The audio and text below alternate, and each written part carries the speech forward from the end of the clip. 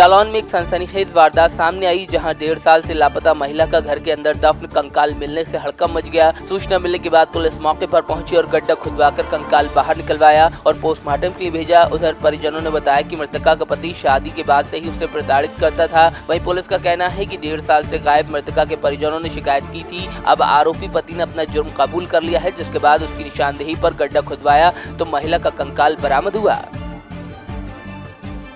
ये थाना कोतवाली उरई की घटना है, जिसमें कि एक महिला है जिनका नाम विनीता है। वो 2018 से मिल नहीं रही थी अपने घर वालों को, और उनके जो मायके वाले हैं वो भी उन्हें खोज रहे थे तो उन्हें मिल नहीं रही थी। तो जो बेटा था, जो पति था उनका, वो भी घर से भागा हुआ था। तो वो ये कहता था कि हम दोनों अभी कहीं पे गए हैं, हम लोग कहीं गायब हैं। तो उनके ऊपर जब दबाव डाला गया, उनके मायके वालों ने, जो मृतका हैं, जो जिनका शव निकला है खोदने के बाद, उनके मायके वालों ने जब दबाव डाला तो उनके बेटे से पूछताछ की गई। और उनके जब उसके पति ने बताई पूरी बात कि मैंने 2018 में ही इनको मार के इनका शव जो है वो मैंने घर के अंदर गाड़ दिया था, उसके ऊपर सीमेंटेड भी इन्होंने करा दिया था। और ये खुलासा उसने स्वयं, जब हमारी टीम ने उससे कड़ाई से पूछताछ की तब उन्होंने किया। ये दिल्ली में रहते थे, तो उनके मायके वालों ने प्रार्थना पत्र दिल्ली में भी दिए थे और हमारी कोतवाली में भी दिए थे। इसके बाद जब हमारी कोतवाली पुलिस सक्रिय हुई तो उन्होंने इस घटना का खुलासा किया। इसके बाद हमने डिस्ट्रिक्ट मजिस्ट्रेट साहब से इंक्वेस्ट की कार्रवाई की, जिसमें 174 CRPC में मजिस्ट्रेट दौराने जो शव था, जो उसको निकालने के दौरान वहाँ खड़े रहे, वहाँ वीडियोग्राफी भी की गई है। और 302-201 के अंतर्गत इससे मुकदमा पंजीकृत कर आवश्यक कार्रवाई भी की जाएगी और बॉडी का पोस्टमार्टम और DNA फिंगरप्रिंटिंग। बागपत में एक दंपति ने नर्सिंग होम के डॉक्टरों पर 40,000 रुपए का बिल जमा नहीं करने पर बच्चा नहीं देने का आरोप लगाया। पीड़ित परिवार कोतवाली बड़ौद पहुंचा और थाना पुलिस से कार्रवाई की मांग करते हुए तहरीर दी, जबकि नर्सिंग होम के डॉक्टर ने खुद पर लगाए गए आरोपों को निराधार बताकर जांच कराने की मांग की। उधर पुलिस के अधिकारी ने भी बच्चा बेचने की आशंका जताई और मामले की गंभीरता को देखते हुए थाना पुलिस को कार्रवाई का आदेश दिया है। मामला की नर्सिंग होम का है जी। हाँ पूसा नर्सिंग होम का जी। जो हमारा लड़का होता है 15/9/2018 में होता है जी। अच्छा। हमने उन्होंने कहा वो हमारा बच्चा दे तो कल से जमा करो, कल देंगे बच्चा थारा। अच्छा। तो उन्होंने कहले कि अब दे मका दे तुम्हारा बच्चा, उन्होंने बच्चा दे दिया हमारा। कभी हमने 5 कभी 2 फ्यूचर में आठ गए, आज बजे 4-5 आदमी पकड़वा भी दिया। 4-5 आदमी पकड़ा कर उनका याद 10 तक तो बच्चा लेगा अपना, और मैं बच्चा ले नहीं गया। अच्छा। जो बच्चा हो तो मेरे गांव में इंक्वायरी कर लो, तो मेरे बच्चा हो। अच्छा। बच्चा उन्होंने इनका ही रख लिया। तो हॉस्पिटल वालों ने रख लिया? हॉस्पिटल वालों ने रख लिया। अच्छा। क्या कह कर रखा था? उनका पीछे दीजिए और ले लीजिए अपना बच्चा। अच्छा। कौन से गांव में रहने वाले? बिजरोल के जी। अच्छा। कितने पैसे बताया था उन्होंने? 40,000 बताया था। अच्छा, तो दिए भी तुमने? हाँ दिए। कितने? कभी 5, कभी 7, कभी 8। अच्छा। नहीं, एक प्रकरण आया है थाना बड़ौद के गांव बिजरौल का। प्रकरण 2018 का बताया जा रहा है, आज न्यूज़पेपर में भी आया हुआ है। उसमें एक उषा करके नर्सिंग होम है, वहाँ पे दंपति को बच्चा पैदा हुआ था, किसी मुजफ्फरनगर के आदमी को दे दिए थे। फिर बातें आ रही है संज्ञान में कि उसको शायद बेच दिए थे, कुछ पैसा मिला था, कुछ बाकी था। तो मैंने इंस्पेक्टर बड़ौद, SSI बड़ौद को ये निर्देश दिया है कि भाई इसकी जांच करें और सबके बयानों की वीडियोग्राफी कर लें। अगर उन्होंने बच्चा बेचा तो उसमें अभियोग पंजीकृत करके और उस पर कार्रवाई होगी। हाँ सर, दंपति का ये आरोप है कि जो बच्चा आया था हमारे पे इतना पैसा नहीं था, उस नर्सिंग होम ने जो है बच्चा रख लिया गया था सर। नहीं, अब उसकी जाँच हम कर रहे हैं, हम सबकी वीडियो, क्योंकि प्रकरण बहुत पुराना 2018 का है। अब एक प्रकरण सामने आ रहा है, पहले इसकी हर बिंदु पे, इसके हर तह में जाएंगे और फिर जो हमको तथ्य मिलेंगे, कोई नहीं मिलता है तो अपने पुलिसकर्मी को ही वादी बना के मुकदमा कार्रवाई। मुरादाबाद के सदर पशु चिकित्सालय में तैनात डॉक्टर PD जैन पर गंभीर आरोप लगे हैं। आरोप है कि पशु चिकित्सक शासन द्वारा निर्धारित फीस से कई गुना ज्यादा भुगतान लेकर अपनी जेब भर रहा है, जबकि इलाज चतुर्श्रेणी कर्मचारियों से करवाया जाता है। इतना ही नहीं, दवाइयां भी बाहर की लिखी जाती हैं, जिसकी वजह से कई बार पशुओं की मौत हो जाती है। पूरे मामले से जुड़ा एक वीडियो भी सोशल मीडिया पर वायरल हुआ था। वहीं अब भगवा रक्षा वाहिनी के जिलाध्यक्ष राजेश सैनी ने अपने कार्यकर्ताओं के साथ मुख्यमंत्री के नाम ज्ञापन जिलाधिकारी को दिया। फिलहाल CDO को मामले की जाँच सौंपी गई है। श्री राजेश सैनी द्वारा ये शिकायत दर्ज कराई गई थी कि पशुओं को इलाज करने पर जो निर्धारित फीस है उससे ज़्यादा वसूली करते हैं ये लोग जो है। इस संबंध में जांच करने के लिए ये संयुक्त जांच करनी थी, एक हमें करनी थी, एक वैज्ञानिक अधिकारी साहब हैं, तो हम लोग दोनों जांच करने गए थे। उनके जो है उस दिन लोगों से पूछा पाछा भी गया। इसके बाद जो है इनको जो शिकायत करता था इनको भी फ़ोन करके बुलाया गया, तो ये उपस्थित नहीं हुए। और इसके बाद फिर डॉक्टर साहब ने लिख करके दिया कि मैं क्लास 1 ऑफिसर हूँ, मेरे खिलाफ कोई जांच करने से पहले शिकायतकर्ता से शपथ पत्र लेना चाहिए जो है। इस संदर्भ में पूरा लिख करके मुख्य विकास अधिकारी महोदय को प्रेषित कर दिया गया है, और जैसे ही उनके द्वारा निर्देश होंगे तो वाराणसी के टेंगरा मोड़ से ड्रमंडगंज तक राष्ट्रीय राजमार्ग 7 के चौड़ीकरण के लिए किसानों की जमीन अधिग्रहित की गई है, जिसके चलते मिर्जापुर में जमीन के 4 गुने मुआवजे की मांग को लेकर चुनार के सिंदूरपुर गांव के पास किसान आंदोलन की अगुवाई करने वाले भारतीय किसान सेना के राष्ट्रीय अध्यक्ष रामराज पटेल को चुनार पुलिस ने उनके घर से गिरफ्तार कर लिया। पुलिस ने उन्हें कोर्ट में पेश किया। गिरफ्तारी के बाद पटेल ने कहा कि किसानों के आंदोलन को कुचलने की कोशिश है, लेकिन पुलिस तानाशाही से वो झुकने वाले नहीं और किसानों के साथ अन्याय नहीं होने देंगे। जिले में आंदोलन चला रहा था 135 दिन से, उसी में जो है सरकार दमनकारी नीति के तहत मुझे गिरफ्तार कर रही है। किसानों को उनका मुआवजा न मिले, लेकिन किसानों के हक के लिए हम लड़ाई लड़ेंगे।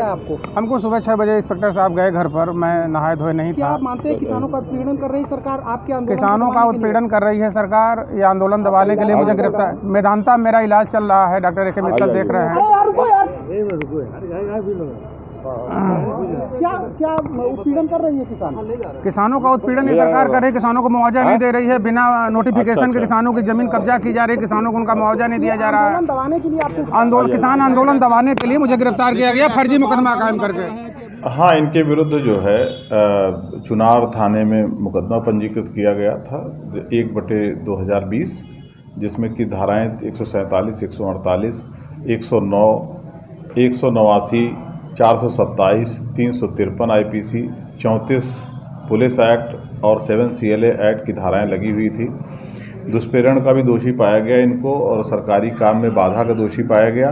तो नियमानुसार राजस्व निरीक्षक की तहरीर पे इनके विरुद्ध अभियोग भी पंजीकृत हुआ था। इनको आज जमुई तिराहे के पास से चुनार में गिरफ्तार किया गया और माननीय न्यायालय के समक्ष प्रस्तुत किया गया, जहां से इनको जेल भेज दिया गया। ये क्या धरने पे बैठे थे सर, वो कारण बना या क्या कारण? कोई नहीं, सरकारी कार्यों में बाधा डाल रहे थे और लगातार ये आंदोलनरत से, जिससे राज कार्यों में बाधा पड़ रही थी, और इन्होंने सरकारी कर्मचारियों के साथ मारपीट का भी प्रयास किया, जिसको लेकर इनके विरुद्ध अभियोग पंजीकृत कराया गया। मिर्जापुर के नारायणपुर क्षेत्र के बरईपुर में सदविप्र सेवा संस्थान की ओर से 1000 गरीब वृद्धजनों को कंबल का वितरण किया गया। सर्दी में कंबल पाकर गरीबों ने राहत की सांस ली। कंबल पाने वाले बेसहारा लोगों ने कहा कि ऐसे कार्यक्रम हर जगह होने चाहिए, ताकि दूसरे असहाय लोगों को भी ठंड से राहत मिल सके। इस दौरान संस्था से जुड़े तमाम लोग मौजूद रहे। यहाँ पर मांगने खाने मिला है क्या? मेरा कंबल आदि ताप रहा है, हम चढ़वा रहा है तो बांटा है कंबल। कौन दिया है कंबल? अब बाबूजी हम नहीं जाने, संजय बाबा दिया है। अच्छा, बाबा जी के आश्रम से मिला है। कैसा लग रहा है आपको कंबल पाके? कंबल मिला है, कैसा लग रहा है? अब काम कर रहा था, हम कैसे बताए कि कैसे में हो रहा है। अच्छा लग रहा है? अच्छा लग रहा है, बड़ी सुंदर आगे ताप रहा है तो वो मिला है। आज हमारे मंदिर पे कंबल वितरण का कार्यक्रम रखा गया था। ये मौसम के देखते हुए हमारे जो मंदिर पे लोग आते हैं भक्तगण, उनके एक लोग कहे कि इतनी ठंड के चलते कंबल वितरण किया जाए, तो हम लोग कंबल वितरण किए। इसमें किन किन लोगों के सहयोग से कार्यक्रम हुआ?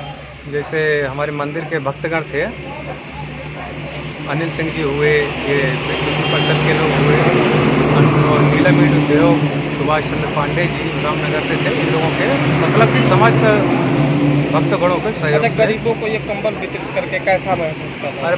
हृदय को सुकून मिल रहा है, गरीबों को मदद किया जा रहा है, तो इसमें हृदय को सुकून मिल रहा है। महाराज जी छत का छाया। इस तरह के कार्यक्रम आगे भी? हाँ, इस तरह के कार्यक्रम हमेशा होते रहेंगे। जैसे अभी ठंड का था तो कंबल वितरण हुआ, गर्मी आएगा तो उस हिसाब का वितरण किया जाएगा।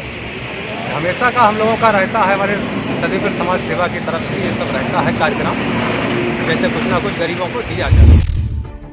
अखिल भारतीय कुर्मी क्षत्रिय महासभा के बैनर तले मिर्जापुर के वेदांता अस्पताल एवं ट्रॉमा सेंटर नारायणपुर में एक गोष्ठी का आयोजन किया गया, जिसमें यूनिटेक पॉलिटेक्निक कॉलेज में 21 और 22 मार्च को होने वाले चतुर्थ राष्ट्रीय महिला सम्मेलन आयोजन के लिए विधिवत रूपरेखा तैयार की गई। मुख्य अतिथि राज्य मंत्री रेखा वर्मा ने कहा कि कुर्मी एक ऐसा समाज है जो हमेशा से सभी धर्मों और जातियों को सम्मान देने का काम करता है। ये समाज कभी किसी का शोषण नहीं करता। अगर इस समाज को नेतृत्व करने का अवसर मिले तो निश्चित रूप से समाज के साथ साथ देश का भी भला होगा।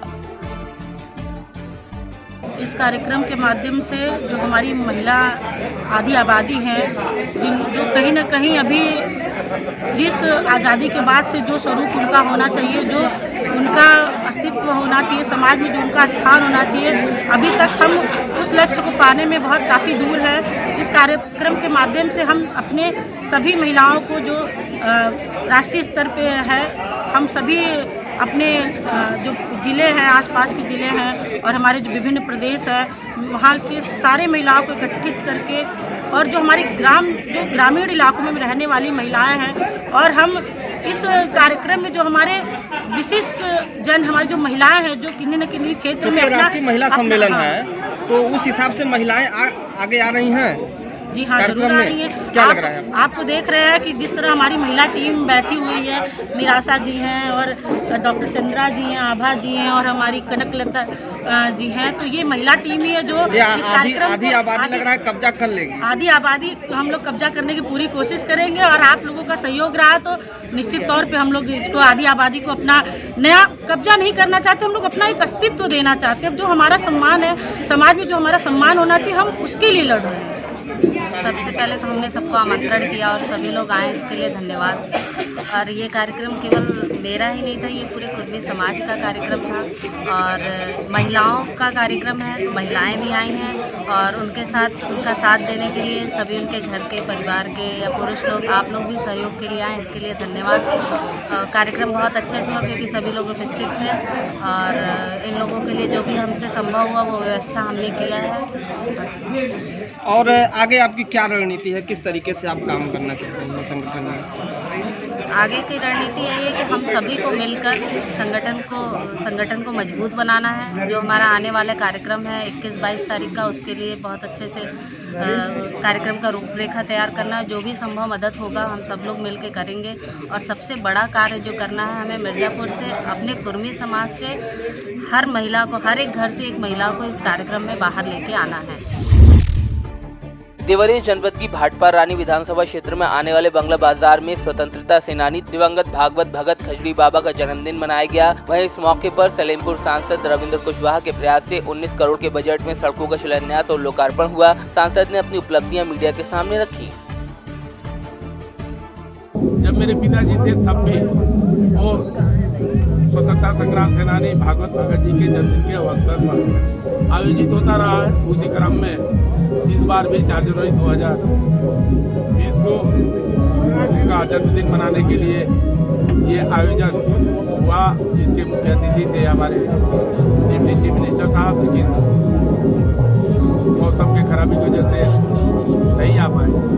और खास करके इस आयोजन को हम लोग भाटपारा रानी और सलेमपुर संसदीय क्षेत्र के विकास से जोड़ने का काम किया है।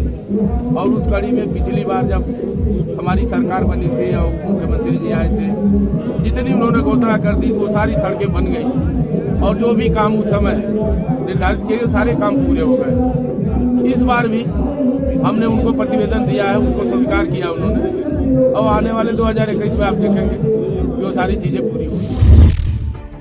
मध्य प्रदेश में मौसम विभाग ने बीते दिनों बारिश की चेतावनी जारी की थी। दमोह जिले में भी धान खरीदी केंद्रों को अलर्ट किया गया था, लेकिन प्रशासनिक लापरवाही के चलते अब तेंदुखेड़ा और जबेरा ब्लॉक में 2 नहीं बल्कि आधा दर्जन खरीदी केंद्रों पर खुलेआम आसमान के नीचे धान की फसल भीगती रही और जिम्मेदार तमाशा देखते रहे। हालांकि कुछ जगह खानापूर्ति के लिए धान की बोरियों पर पॉलिथीन डाली गयी, लेकिन जमीन से आने वाली बारिश के पानी ने धान को तबाह कर दिया।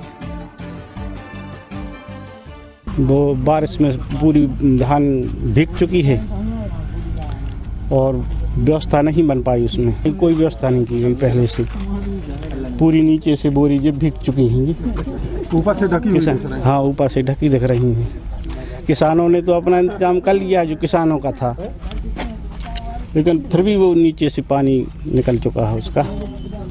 और फेल भी कर रहे हैं, 2 बार हारने के बाद भी फेल कर रहे हैं। समितियों को पहले से ही निर्देशित किया जा चुका है कि बारिश का मौसम संभावित है और बारिश, जैसा आपने कहा कि छोटी मोटी बारिश यहाँ पे हो भी रही है, तो सभी को निर्देशित किया जा चुका है कि वो तिरपाल या पन्नी की व्यवस्था करें और जो उपार्जित धान है वो भीगनी नहीं चाहिए।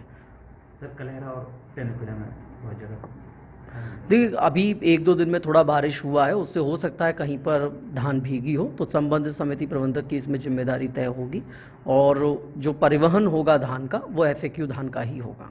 सर आगामी समय में गीली न हो, हमने संबंध, जैसा मैंने कहा कि पूर्व में ही निर्देश जारी हैं, जहाँ पे समस्या उत्पन्न हुई है वहाँ पे और इस संबंध में ध्यान दिया जाएगा।